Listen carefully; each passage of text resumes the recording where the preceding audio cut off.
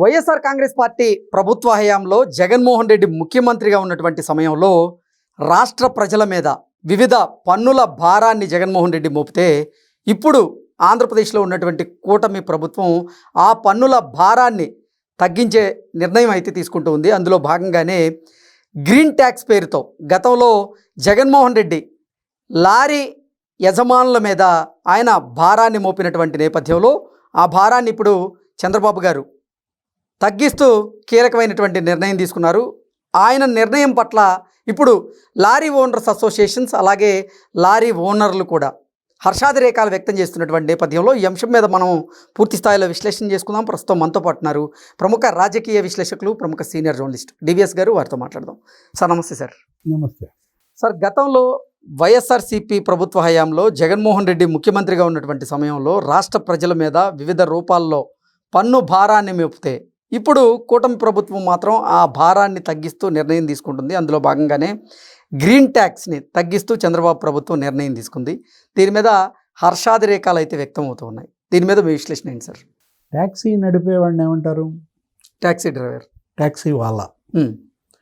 ట్యాక్స్లు వేసేవాడిని ఏమంటారు? ట్యాక్స్ వాళ్ళ. ఓకే. లేకపోతే ట్యాక్స్ రెడ్డి. జగన్ రెడ్డి లాగా ట్యాక్స్ రెడ్డి అనమాట. ఎడాపెడా ట్యాక్స్లు వేసేసాడు. అప్పట్లో ఇది ఒక పెద్ద తిరుగుబాటుకి అదే కారణమైంది. జగన్మోహన్ రెడ్డి 5 ఏళ్లలో పన్ను పోటు అంటే మళ్ళీ డెంటల్ డాక్టర్ దగ్గరికి వెళ్ళమంటావు. ఆ పన్ను పోటు కాదు, అసలు ఎడాపెడా పన్నుల పోటు అనమాట. మామూలుగాన అతను ఏది మనం చూసాం అప్పుడు మీరు అన్నది ఏది గ్రీన్ ట్యాక్స్, హరిత పన్ను అంటూ వేశాడు. అంటే ఒక లారీ మీద నీకు 10 టన్నుల లారీ మీద నీకు దగ్గర దగ్గర 15,000, 30 టన్నుల లారీ మీద 15,000, 10 టన్నుల లారీ మీద ఏమో 5,000 ఇట్లా వేసి పారేశాడు. అసలు అప్పట్లో లారీ అసోసియేషన్ గగ్గోలు పెట్టింది. అప్పటి ప్రతిపక్ష నాయకుడు మాజీ ముఖ్యమంత్రిగా ఉన్న చంద్రబాబు దగ్గరికి అనేక సార్లు వాళ్ళు వెళ్ళి రిక్వజిషన్ ఇచ్చారు. నీకు బంద్ కూడా చేశారు. ఏది అసలు కంప్లీట్ అసలు ఈ గ్రీన్ ట్యాక్స్ తట్టుకోలేక వాళ్ళు ఒక్కసారిగా కాడి కింద పడేశారు. లారీలు అసలు బయటకు రాలేదన్నమాట. అంటే ఇప్పుడు ఎన్నికల హామీ ఏదో అప్పుడు ఇచ్చారు తెలుగుదేశం జనసేన, మరి ఆ హామీ ఇప్పుడు ఈరోజు నెరవేర్చారు. హరిత పన్ను రద్దు చేస్తూ దగ్గర ఏం చేశారు, బాగా తగ్గించేశారు. ఏది 5,000 వేసిన దాన్ని 1,500కి, 15,000 వేసిన దాన్ని ఏమో నీకు 3,000కి తగ్గిస్తూ తీసుకున్నటువంటి నిర్ణయం. మీరు అన్నది అదే. ఏది ఇవాళ మొత్తం లారీ ఓనర్స్ అసోసియేషన్ అంతా పాలాభిషేకాలు చేస్తారా? హర్షాతిరేకాలు వ్యక్తం చంద్రబాబుకి లేకపోతే పవన్ కళ్యాణ్కి. ఎందుకంటే ఇప్పుడు వాళ్ళు రోడ్ల మీదే తిరుగుతుంటారు.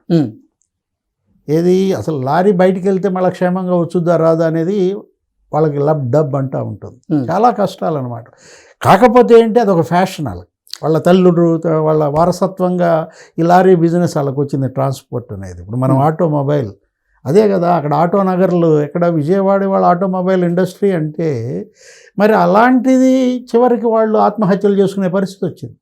అసలు రవాణా స్తంభించిపోతే అసలు ప్రజలకి, రాష్ట్ర ప్రజలకి ముఖ్యంగా నిత్యావసరాలు ఎలా ఉంటాయి? అంతే కదా. ఇప్పుడు కూరగాయలు నీకు మరి నిత్యావసర వస్తువులు నీకు ఎక్కడెక్కడి నుంచో రావాలి కదా. బంగాళదుంపలు వెస్ట్ బెంగాల్ నుంచి ఇక్కడికి వస్తూ ఉంటాయి. ఇక్కడి నుంచి అక్కడ తీసుకుపోతారు, అక్కడి నుంచి అవి వేసుకొస్తారు. అట్లాంటిది ఇతను ఏంటి అసలు ఆ ధరల పెరుగుదలకు కూడా ఇదే కారణం. నీకు ఇది ఒక సైకిల్, ఒక చక్రం అన్నమాట. వీళ్ళ మీద పన్ను వేశారు, మీరు వాళ్ళు ట్రాన్స్పోర్ట్ ఛార్జీలు పెంచుతారు.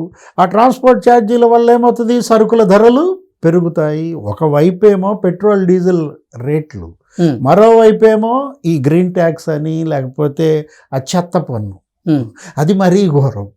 మున్సిపాలిటీలో ఏంటి చెత్త పన్ను వేయడం వల్ల అసలు అదేగా అయ్యన పాత్రుడు తిట్టు వదిలిపెట్టాడు. చెత్త పన్ను వేసాడు, ఈ చెత్త నా కొడుకు ఏదో అన్నాడు. అప్పుడు అసలు గగ్గోలు పెట్టారు అప్పటిని. ఏది ఆయన అన్నదాంటూ ఆయన ఇంకోసారి సమర్థించుకున్నాడు అప్పుడు అయ్యన పాత్రుడు. నేనేమన్నాను, ఇప్పుడు నా కొడుకు అని అంటే తప్పేంటి అంటూ కూడా ఏమన్నాడు, నా బిడ్డలా అంటాడు. ఏది రాజశేఖర రెడ్డి కొడుకు అంటే నేను రాజశేఖర రెడ్డితో కలిసి పనిచేశాను, ఇతను నా కొడుకు సమవయస్కులను ఏదో సమర్థించుకున్నారు. అప్పుడు అసలు అయ్యన పాత్రుడి మీద అసలు గందరగోళం చేసేసి ఆ జోగి రమేష్ ఈ దాడులు ఇవన్నీ కూడా అందులో భాగాలే అన్నమాట. అంటే జగన్ చేసినటువంటి నష్టం ఆంధ్రప్రదేశ్కి ఒకవైపేమో రోడ్లన్నీ గుంతలమయం చేశాడు. ఇతర రాష్ట్రాల వాళ్ళు అసలు ఎగతాళి చేశారు ఆంధ్రప్రదేశ్లో రోడ్లను.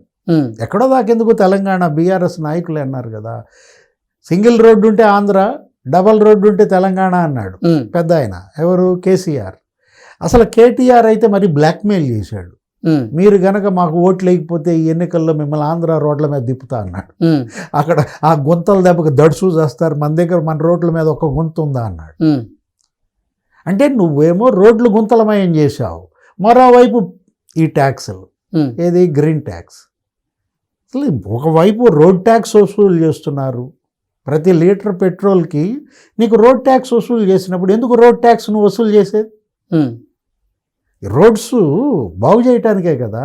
అసలు జగన్మోహన్ రెడ్డి హయాంలో నీకు అసలు ఒక్క రోడ్డు కూడా మరమ్మతులు చేయటం లేదు, గుంతలు పోడ్చడం లేదు. ఎన్ని యాక్సిడెంట్లు జరిగాయి, ఎంతమంది చనిపోయారు రోడ్డు ప్రమాదాల్లో.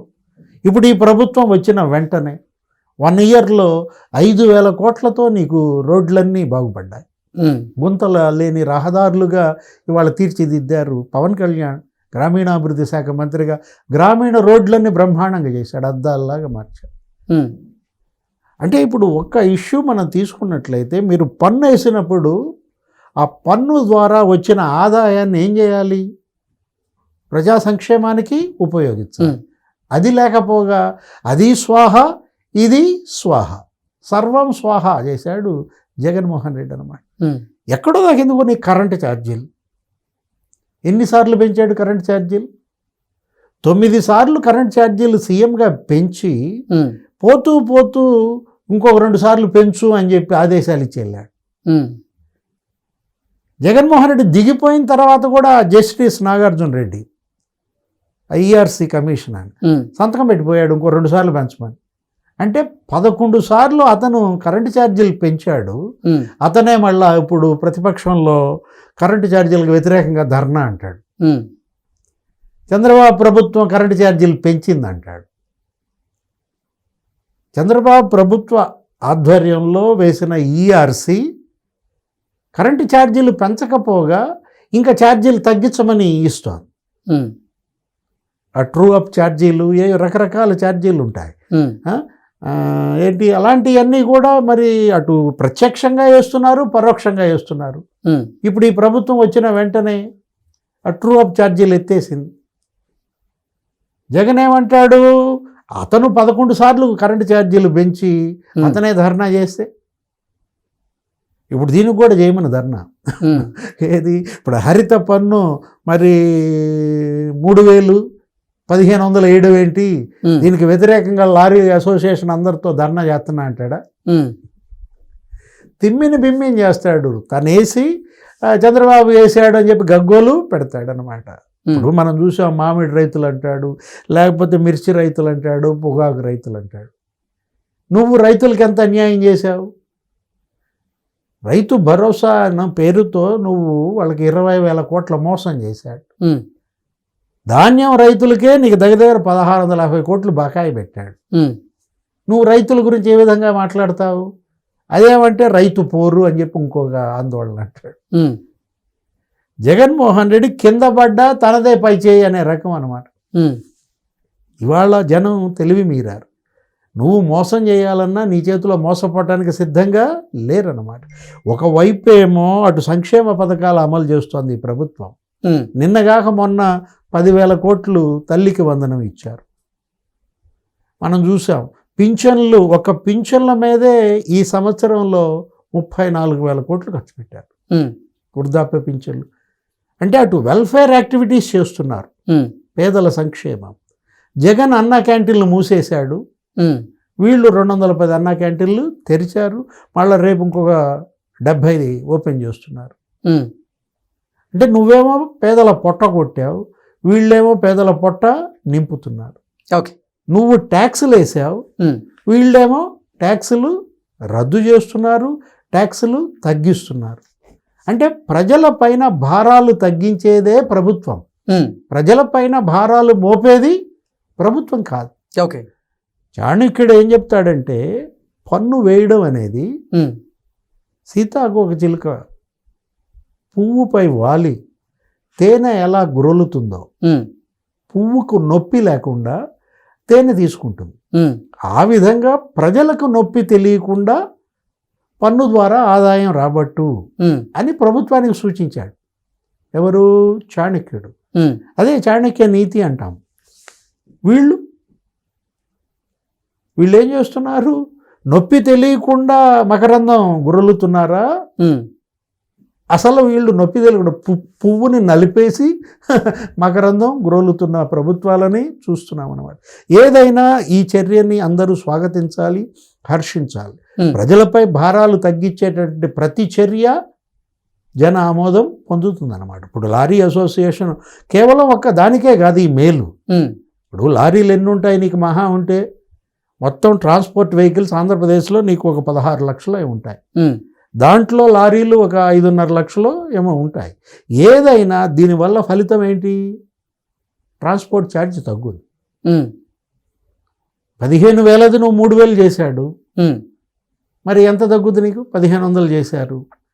దాని ఫలితంగా ధరల తగ్గుదలకు కూడా ఇది దోహదపడే చర్య. Okay sir, thank you so much.